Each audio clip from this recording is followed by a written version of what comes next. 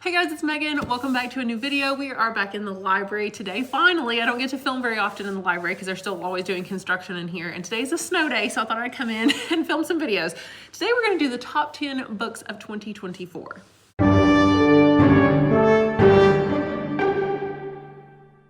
So these are the books that were most frequently checked out in 2024. And I will go ahead and preface it by the numbers are a little skewed because it's not just all popularity on this list. It's actually because we did an event in the spring called Readapalooza where I promoted several books very heavily and we read them for Readapalooza, so they got checked out. So there's a tie for the 10th spot. So I went ahead and included both books on here since there was a tie. Wait, why are they not in order? Oh shoot, I stacked them in the wrong order. Oops, well, you know, it's fine. Anyway, I stacked them in backwards order. The tie for number 10 is between To All the Boys I've Loved Before by Jenny Han, which is kind of always on the list. I think The Summer I Turned Pretty was on the list last year, I'm pretty sure, but it's not on the list this year, which is weird. I think we switched. We just switched Jenny Han books. So, but this one's always really popular. It's a TV show as well, so kids really love it. And then it's tied with Game Changer by Tommy Greenwald. I always promote this, especially to our freshmen and sophomores, because it's very easy to read. It's more even like a middle school level book, honestly. I think the main character is the main character is 13, and it's told in a series of like text messages, transcripts, interviews, things like that. It's a kind of a football mystery. So it's very easy to read. Students love it. They love the mystery aspect, and it's one of our most popular, well, it is our most popular sports book, and it's the only sports book on this list. I'll also recommend buying a lot of copies of Game Changer for your library. Number 9 is Ballad of Songbirds and Snakes by Suzanne Collins. I don't know what has happened to this copy. It's like blue. I have a lot of paperbacks, but I think I only have like 2 hardcover ones, and I don't know, it's just really dirty. That's really sad. How did I not notice that when somebody turned it in? Oh man, I can't even charge them for it because I don't know who it was. It's not... We still have bells going on because, it's a snow day and the school doesn't know we're not in school. The bells don't know anyway. So anyway, Ballad of Songbirds and Snakes is on here because I heavily promoted it. Did it come out this year? I don't know. Last year? It came out recently though.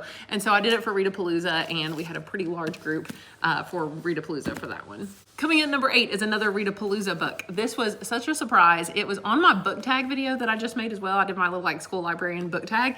And one of the questions was, what's a book that you were kind of surprised is as popular as it is? And that's Good Omens, because I did not think students would want to read kind of this, British older fantasy book about 2 like older characters.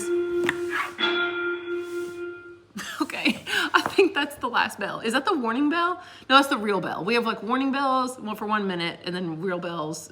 I don't even know. Okay, I think that's the real bell. So, Good Omens by Neil Gaiman and Terry Pratchett. I highly recommend if you do any sort of book club that you do this book, because it was the most popular book for our Readapalooza. We had like 24 or 25 students read this book, which was huge. We had 3 different groups with about 8 people per group to discuss it, and we even had to have 3 group leaders. 3 teachers had to volunteer to read this book and help us with the discussion on it. But of course, there's the TV show too. But being standalone, fantasy, funny, witty, kind of different, that really sold it to kids.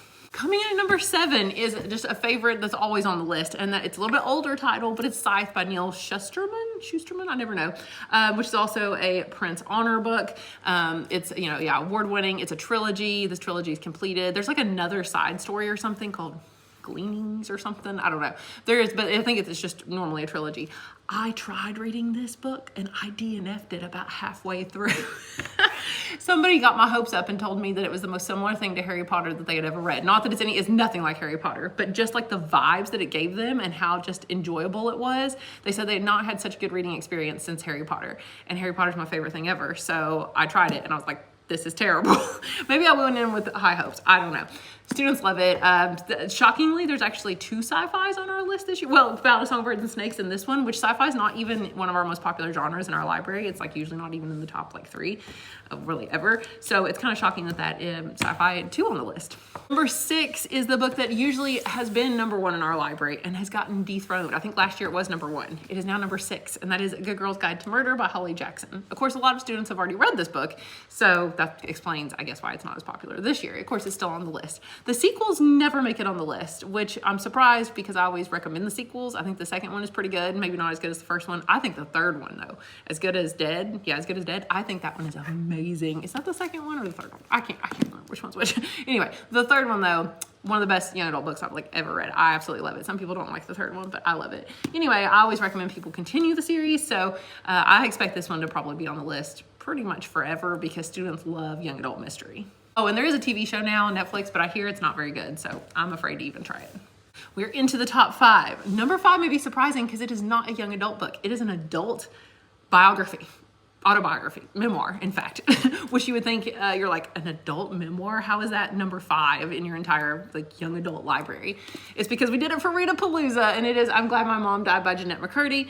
Of course, a lot of the students know Jeanette McCurdy because she was, what is it, Cat? Was it Cat? I don't really know anything about, I mean, I know like vaguely the plot, but yeah, there was Sam. Was she Sam from Sam and Cat? Yeah, and she was on iCarly. Anyway, childhood star, you know, you probably have heard about this book because it was everywhere a couple years ago, and some of our teachers really loved it, and they actually suggested that I do this one for Readapalooza, and I thought, kids aren't gonna read this, but they loved it. We had such a big group that we had to divide into 2 groups again. I think we had probably 14, 15 people read this book for Readapalooza. Number 4 is another Readapalooza book, and this one I take credit for because I promoted it so heavily because I loved it so much. That is The Naturals by Jennifer Lynn Barnes.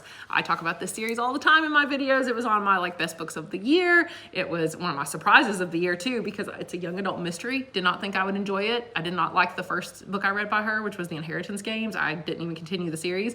This one is 4 books, and I've now read 2 of them. I don't know why I'm not continuing because I gave both the first and second book 4.5 stars for what they are. They're really good. I always compare it to like X-Men meets like serial killers, like Criminal Minds or something, because they don't have superpowers, but they're so gifted. They have such a natural ability that it's like almost like they're superhuman because they're so good at stuff. And their dynamics are so fun. You know, their parents are out of the picture, of course. They're all like living together in this one house, and it's, you know, there's a tiny little love triangle, stuff like that. So both boys and girls really enjoy it, and everybody that read it wanted to read the sequel. The top 3. Number 3 is the book that has been the number 1 multiple years in the past, and it is still up there, and that is One of Us is Lying by Karen McManus. We just can't kill this book. We can't get rid of it. Not that I want to. I mean, obviously students love this book. I don't mind it. I think it's fine. I read it. I think I gave it 3 stars or 2.5. I don't know. I did think that it should not be, it's kind of, I mean, yes, it's a mystery. I almost say it's falsely advertised as a mystery though, because I almost think it's more realistic fiction, because I felt like it dealt more with the characters and their problems than it did with the mystery itself. And honestly, the mystery is so predictable. Like if you don't see the end coming, then like, I don't know if you've ever read a mystery book because it's really obvious like who did it. I feel like basically like The Breakfast Club, but with murder. You know, it's like there's 5 people in detention and only 4 walk out alive. One student dies during detention and he's been not poisoned, but like given peanut oil or something because he has a peanut allergy or whatever, something like that. I can't remember. It's been years since I read it. And you're like, who did it? You know, and they all have a motive. So who is it? It kind of reminded me of like, I don't know, Gossip Girl or like Pretty Little Liars, but not as good as either one of those 2 things. But apparently this book is just always going to be on the list. The top 2 are, to no one's surprise, graphic novels, because graphic novels are the most popular genre in our library this past school year for the first time ever. And it was by like double. Like graphic novels had double the number of checkouts as realistic fiction, which has always previously been number 1. Now graphic novels has like by far surpassed everything else. So it's no surprise that we have 2 graphic novels in the top 2. And I know number 1's not going to be surprising to anybody, but number 2 might be a book you've never even heard of before, unless you've watched my other videos, but it's called Over My Dead Body by Sweeney Boo. And the reason why it's number 2 is because guess what? We did it for Readapalooza. This was our book choice for the graphic novel for Readapalooza. And it's a standalone. It's kind of a fantasy horror novel. It's not really very scary though. So it's more a mystery. It's like mystery fantasy and maybe a little bit scary. It's set at like a witchy school. And oh, by the way, the front cover gives really bad vibes. Like it's just not the vibes of the book. Like the book is like this. It's like very fall. It's set during the fall. You know, it's very pretty, very colorful. I think the title's kind of silly. Like Over My Dead Body has nothing to do with the plot really. Like I feel like that could have been a way better title and a way better cover. But anyway, very, very pretty book for sure. It's like a kind of a witchy school, and there's a mystery of this girl that's like disappeared into the forest, and they have to go and find her, but then they find out some secrets about the past of the entire school. So it's really fun, and it's a standalone. So I think that's why students really enjoyed it, and they loved it for Readapalooza. And finally, our number one, to no one's surprise. If you can't guess the number one graphic novel in our library, then where have you been? Right, it's Heartstopper. Every young adult, like, they love Heartstopper. I say everyone, obviously not, but it is the number one book of 2024 in our library. This is a Netflix series also. I'm sure that's why it's popular. Book 5 just came out relatively recently, so a lot of students have been reading book 5. It's been really popular the last few months, and we can't keep it on the shelf. In fact, the fact that I have a copy in my possession to show you right now of all these books, I've had every single one of them, is pretty rare. But yeah, I've actually never read Heartstopper, and I've never watched Heartstopper. Maybe I need to. I feel like I could read this in a day. I mean, look at this. It's like, there are so few words per page. I mean, that's it. Like, that's just, it's so, like, I mean, I could read this in an hour. I don't even know. Yeah, I have a feeling this will be on the list probably for years to come. So those were the top 10 books of 2024 in my school library. Let me know down below if they were the top books in your school, or if you've read any of these books and you thought that they were also good, or if you plan on reading them. So how many have I read? Let's see real quick. You know, I've read half, because half of the 11 is 5.5, and I've read 5.5 of these. Ironically, I have read these 5. Good Omens, Over My Dead Body, One of Us is Lying, The Naturals, and A Good Girl's Guide to Murder.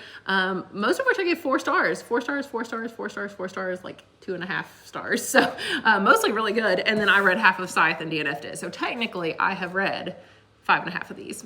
Anyway, thank you guys so much for watching. Let me know down below if you enjoyed this and if you want to see more videos like this in the future. So anyway, and I could do more statistics videos too. I was thinking about doing that. Anyway, thank you guys. Talk to you later. Bye.